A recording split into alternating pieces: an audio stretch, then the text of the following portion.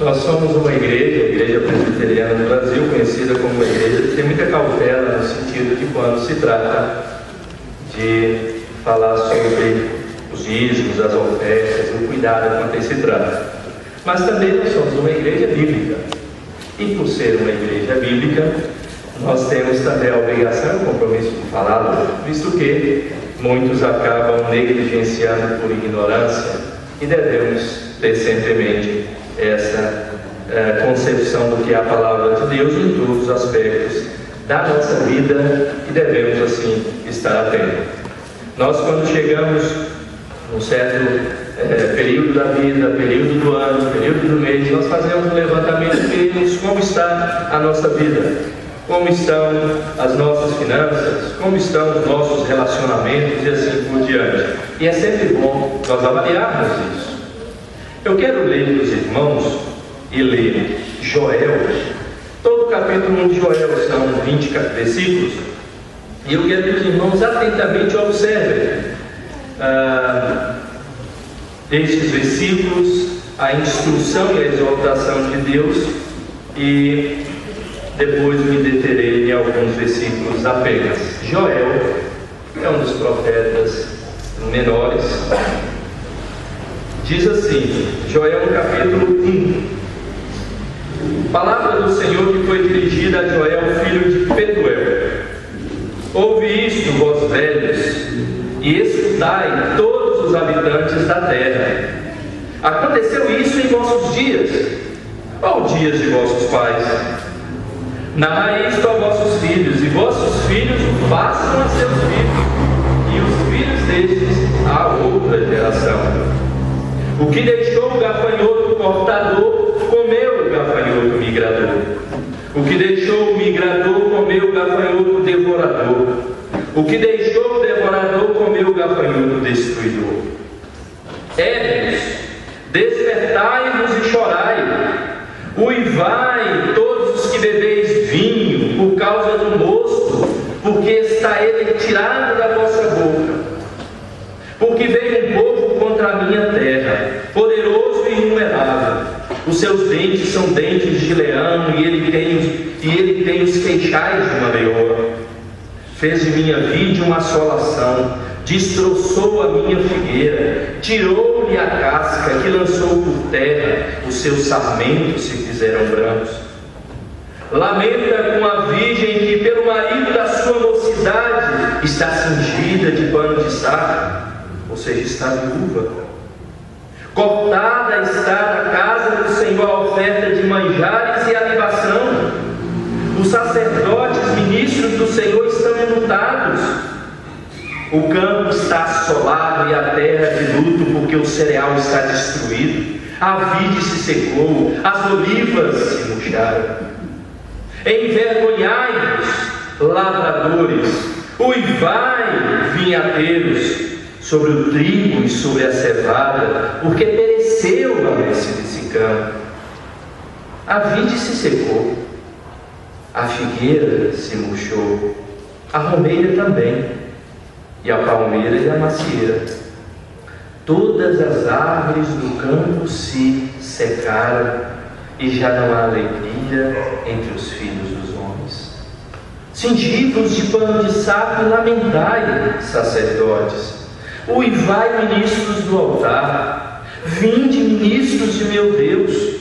Passai a noite vestidos de sacos, porque da casa de vosso Deus foi cortada a oferta de manjares e a libação. Promulgai um santo jejum, convocai uma assembleia solene, congregai os anciãos, todos os moradores desta terra, para a casa do Senhor vosso Deus, e clamai ao Senhor. Ah, que dia! Porque o dia do Senhor está perto, e vem com uma assolação do Todo-Poderoso. Acaso não está destruído o mantimento diante dos vossos olhos?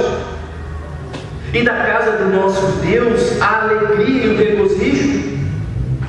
A semente mirrou debaixo dos seus torrões, os celeiros foram assolados, os armazenes derribados, porque se perdeu o cereal. Como geme o gado, As manadas de bois estão sobremodos inquietas, porque não tem pasto. Também os rebanhos de ovelhas estão perecendo. A ti, ó Senhor, clamo porque o fogo consumiu os pastos do deserto e a chama abrasou todas as árvores do campo. Também todos os animais do campo bramam suspirantes por ti, porque os rios se secaram e o fogo devorou os pastos do deserto. O Espírito Santo do nosso Deus, que Ele, nesse instante, abra os seus corações e as suas mentes para a compreensão real e verdadeira da palavra do Senhor. Meus queridos irmãos, eu não sei quantos de vocês já lidaram com uma plantação, com hortinha que fosse, e de repente você percebe que tem uma praga que está consumindo toda a sua plantação. E perdeu. O que você faz? Você tem uma sobra de dinheiro, você vai lá, compra mais semente para plantar, ou você vai lá e compra um inseticida para matar as pragas? Se você estiver na mente de ir comprar mais semente, tenha certeza que a praga também consumirá o produto dessa semente depois. Mas se você comprar um inseticida, aquilo que você, ou que ainda está sobrando, vai produzir, porque o inseticida matará o veneno, matará aquelas pragas e fará produzir novos frutos. A circunstância do povo de Israel aqui em Joel, e esse primeiro capítulo, inclusive, que é trazido à tona por Joel, este profeta, é uma circunstância lamentável, é uma circunstância angustiante. Inclusive nos fala que parece que já havia acontecido outras vezes. Quando ele diz assim: eu vou falar a vocês, velhos, lembrem disso. Vocês se lembram disso? Lembram? Então falam aos seus filhos, falam às novas gerações, porque vocês precisam compreender que na vida de vocês algo de muito ruim já aconteceu pela infidelidade de vocês. Vocês já viveram isso, vocês já passaram por isso. Então fale aos seus filhos que estão errando agora de novo. Lembrem aos seus filhos que estão novamente falhando diante de Deus, porque senão eles chegarão na mesma condição do destruidor, do que o destruidor deixou, ou seja, nada. E então nós percebemos aqui que tudo isso aqui estava acontecendo. O versículo 9 diz o porquê estava acontecendo. Cortada está da casa do Senhor a oferta de manjares. Ou seja, as pessoas não estavam mais ofertando no templo. As pessoas não estavam levando mais a sua oferta ao templo. As pessoas estavam negligenciando as suas ofertas diante de Deus. E todas essas circunstâncias vieram acontecendo por causa dessa negligência do povo de Deus. E então Deus traz, através do profeta Joel, esta exortação, este julgamento pela falta que aquele povo estava tendo diante de Deus. E é interessante que ele traz a figura aqui de gafanhotos, e aqui me parece que não tem a ver com algo alegórico, mas literal, que havia acontecido, que ali eram esses insetos, inclusive, que havia trazido a destruição, e que estes insetos, inclusive, haviam uma procedência, e a procedência era de Deus, inclusive, por causa da infidelidade desse povo. E ele então traz a figura de alguns gafanhotos, ou a figura de alguns tipos de gafanhotos, no versículo 4, quando diz assim: o que deixou o gafanhoto cortador, comeu o gafanhoto migrador. O que deixou o migrador comeu o gafanhoto devorador. O que deixou o devorador comeu o gafanhoto destruidor. E a partir daí, ele começa a descrever qual era a situação que ficou a lavoura, qual era a situação que estava a casa do povo, qual era a situação que estava ali o gado, a criação do povo, depois de toda essa destruição por esses gafanhotos. O devorador, ele age sem parar, ele nunca está satisfeito, e de fato ele é insaciável. E eu quero caminhar com os irmãos até o devorador, mas trazendo a consequência também do cortador. Ele come, ele come, ele come, ele nunca está satisfeito. Enquanto tiver videira, enquanto tiver fruto, ele comerá. E é interessante que quando nós trazemos essa figura, nós podemos imaginar algumas circunstâncias, inclusive pela própria descrição que Joel aqui faz.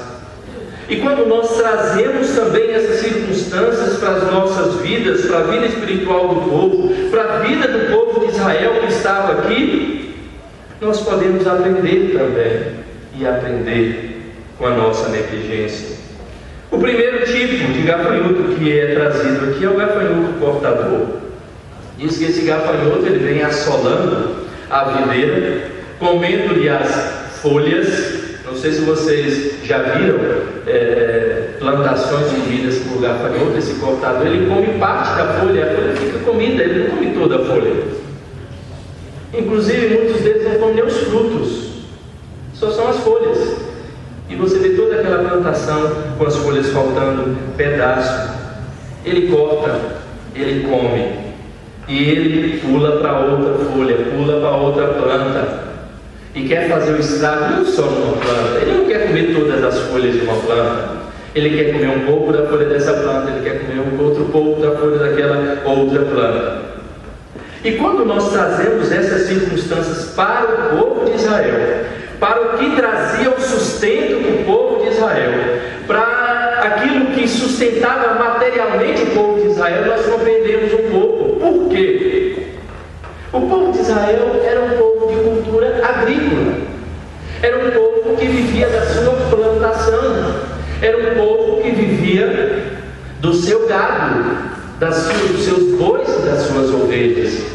E obviamente, para que se alimentasse o seu gado, precisaria de uma plantação também. O gado sobrevive sem o pasto. E é exatamente isso que aqui Joel descreve, se você percebeu bem, quando ele vem falando primeiro da vinha, quando ele fala, no versículo 7, fez da minha vide uma assolação, destroçou a minha videira, tirou-lhe a casca que lançou por terra. Ou seja, a videira era uma planta que supria muito o povo de Israel, que produzia o vinho para Israel. E certamente, como consequência, traria outros males. Quando nós olhamos, e se formos olhar, hoje nós não somos criadores de gado, pelo menos a maioria, não precisamos plantar nenhuma roça para tirar o alimento, mas nós temos os nossos salários, nós temos o trabalho, nós temos o emprego. Nos dias que estamos vivendo de uma crise tão terrível no nosso país, de uma crise financeira assoladora, nós temos visto muitos sendo, ou esse cortador, tirando do sustento do povo muito do que ele necessita. É interessante que você recebe e ele come um pedaço. Deus coloca nas suas mãos o sustento, o seu salário, e de repente ele tira uma parte. Mas não fica só aí, tudo bem, só tirou uma parte, com o restante dá para eu sobreviver e sobreviver muito bem. Mas diz que não para no cortador. Diz que o que o cortador deixou, ou seja, não comeu, o migrador come. Você tinha esperança de que o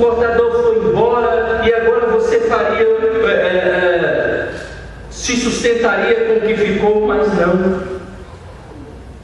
O migrador vem então destruindo com a planta, vem descascando a planta, vem tirando toda a força que certamente as plantas têm, os seus galhos que produziriam os frutos. A planta está em pé ainda, mas os galhos que tinham os frutos quebram.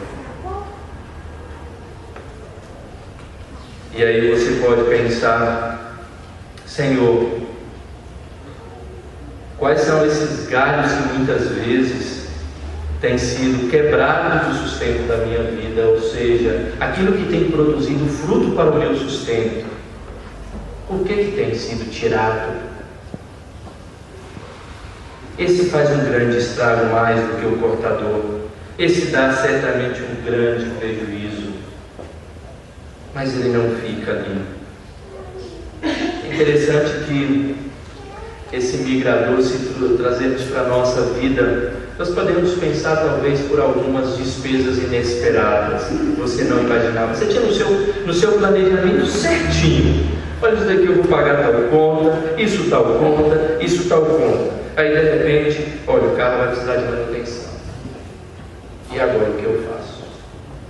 Encosto o carro ou compro? Ou pago a conta de energia?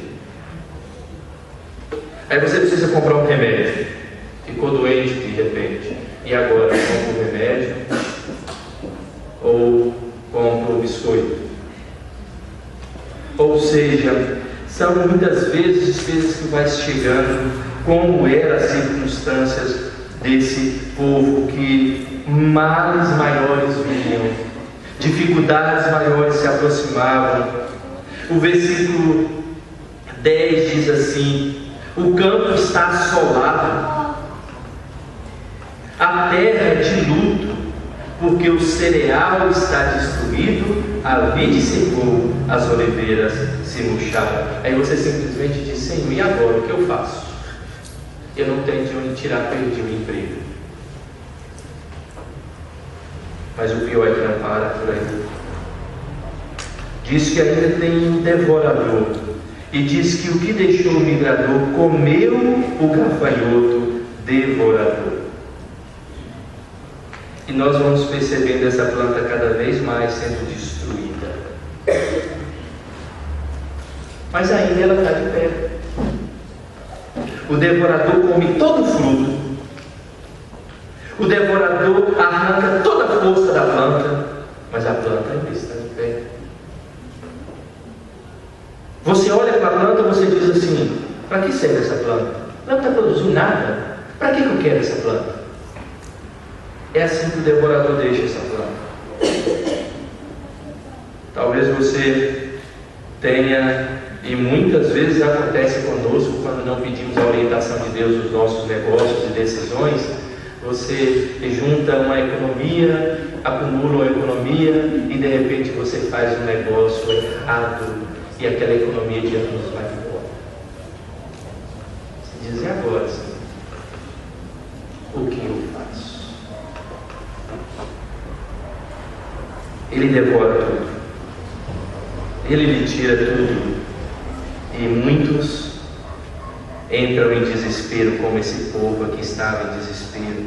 O versículo 11 diz: envergonhai-vos, lavadores, vai vinha Deus, e vai sobre o trigo e sobre a cevada, porque pereceu tudo.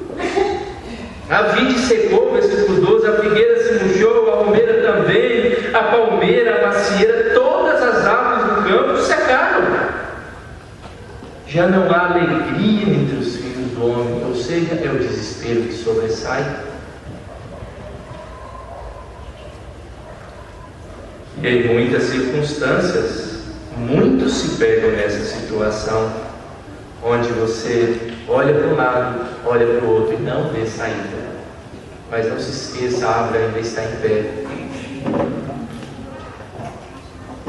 Por isso, meus queridos, não deixem chegar o destruidor na sua vida.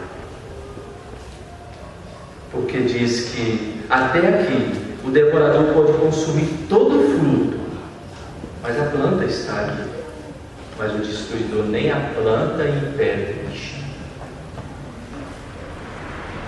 lança por terra completamente.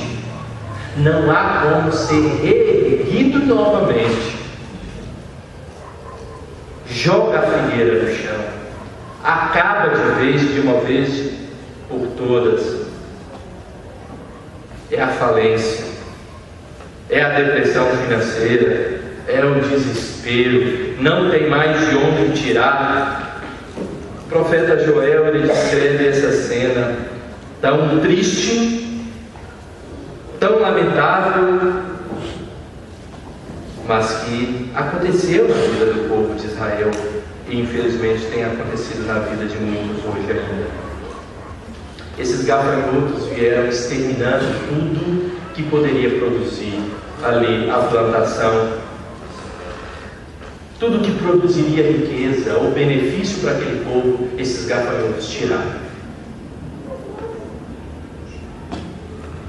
Haja, quer seja no que você traz o sustento para a sua casa, que é o seu trabalho, haja no que você já tem,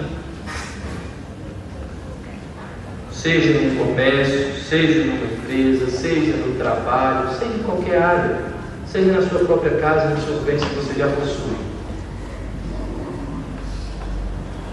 Mas a pergunta que deve ser respondida, e eu quero responder a vocês, é como vencer esses gafanhotos. E Deus traz claramente para esse povo como é que Ele repreende o devorador.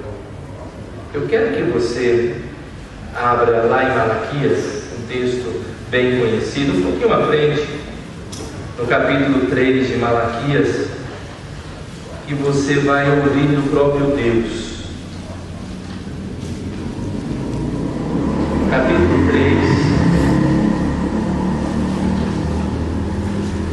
versículo 10 e 11.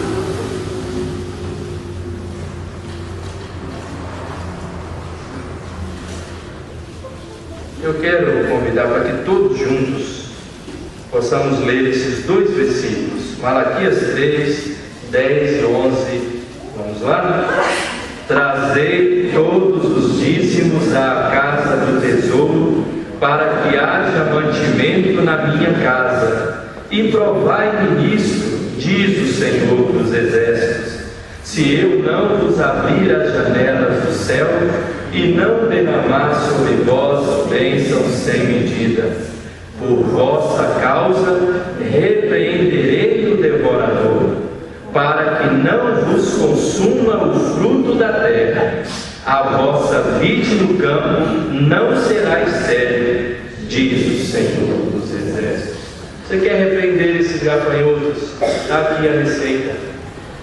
E não existe outra receita, está aqui o inseticida. Não adianta você comprar mais semente, porque o devorador continuará consumindo o fruto da terra. Não importa em que terra você vai plantar, o devorador, o cortador, vai continuar levando o fruto da sua vinha.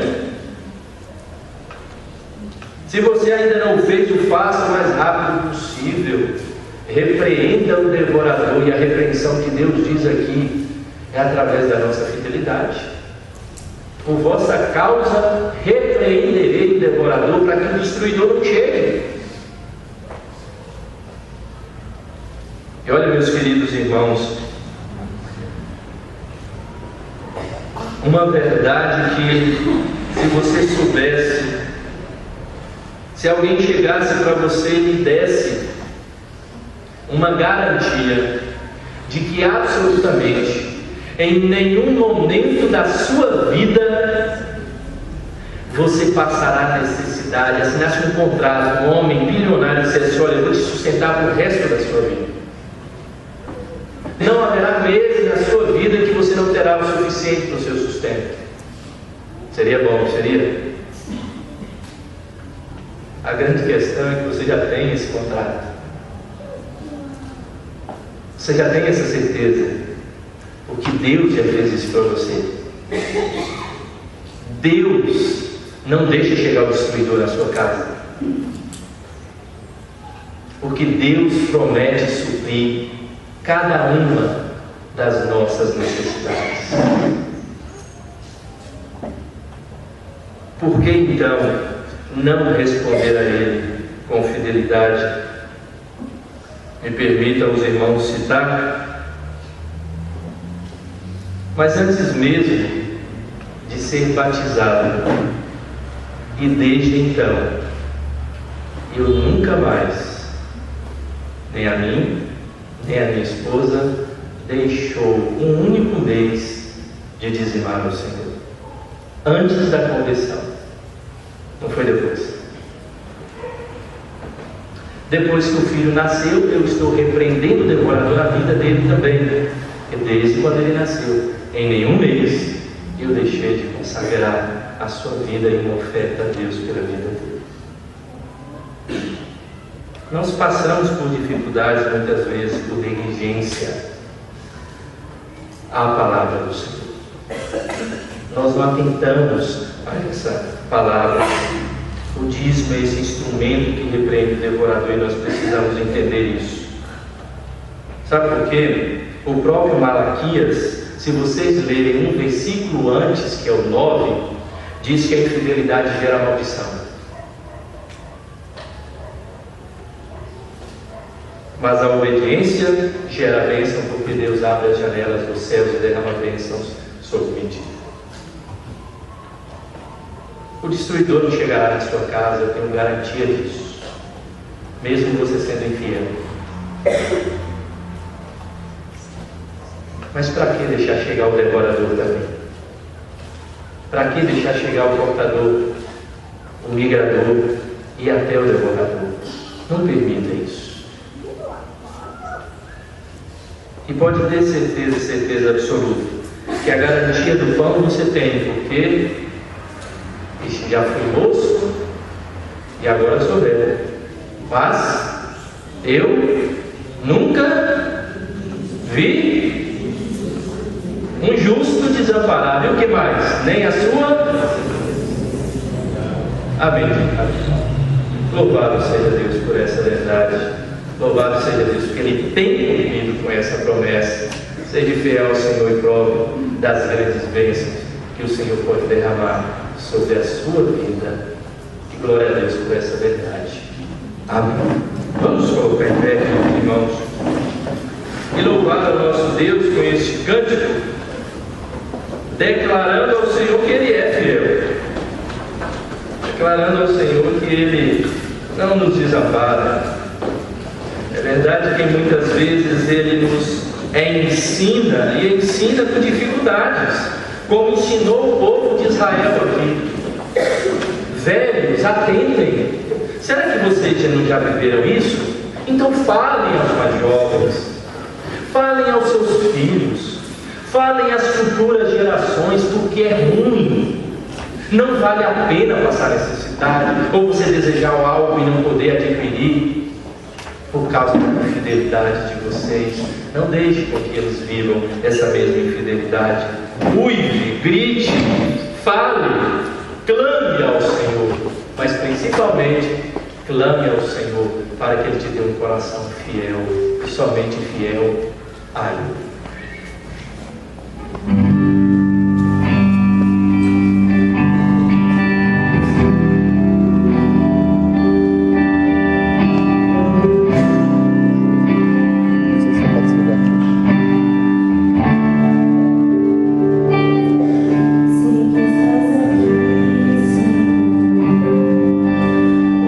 Perceber quem sou, pode perceber.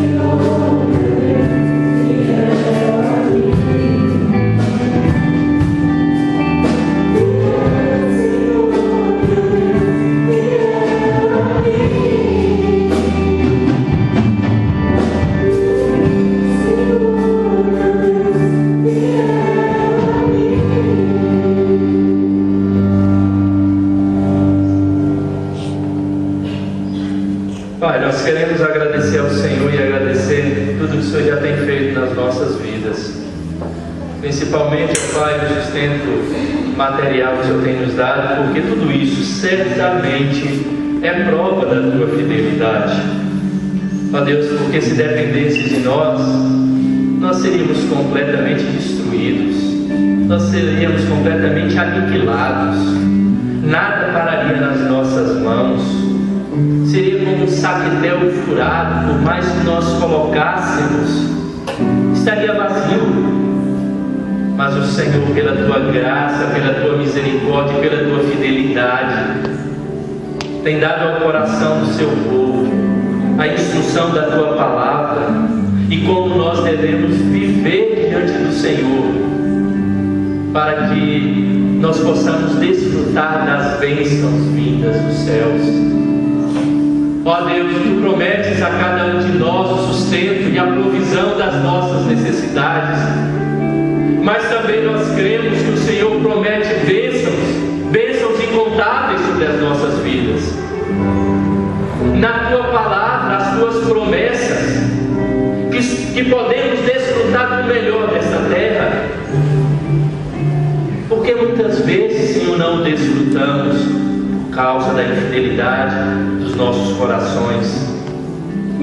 Porque, Senhor, muitas vezes não deleitamos nesta terra que manda leite e mel, porque nós não estamos atentando para o cuidado do Senhor, porque as nossas casas não têm desfrutado da bênção do Senhor, das bênçãos provindas das Tuas mãos, porque muitas vezes a Tua casa tem sido negligenciada e não tem provado das bênçãos que o Senhor tem concedido às mãos dos Teus.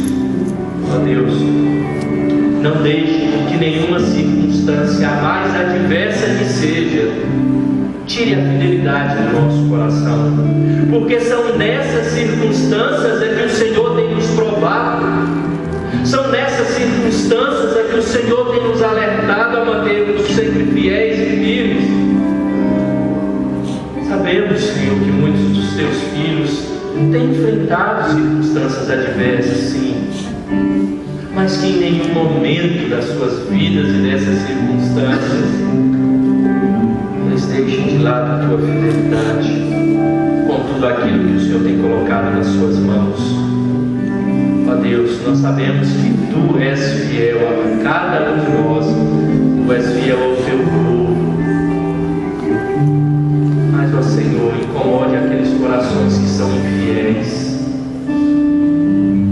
Ó Pai, instrua aquelas vidas que não compreenderam ainda esta verdade. Transforme esta mente, transforme estes corações para viver as Tuas verdades e somente as Tuas verdades em todas as áreas das suas vidas. Graças Te damos, Senhor, porque em meio a circunstâncias tão difíceis que nosso país tem vivido, o nosso mundo tem vivido, nós temos visto os Seus sendo preservados. Muito obrigado. Graças Te damos em nome do nosso Senhor e do nosso Salvador Jesus. Amém. E que a graça e a paz do nosso Senhor e Salvador Jesus, que o amor eterno do nosso Deus e Pai, que as consolações, a instrução, o ânimo do Espírito Santo estejam nos seus corações, queridos irmãos, amados, hoje e até o dia da volta gloriosa do nosso Senhor Jesus. Amém.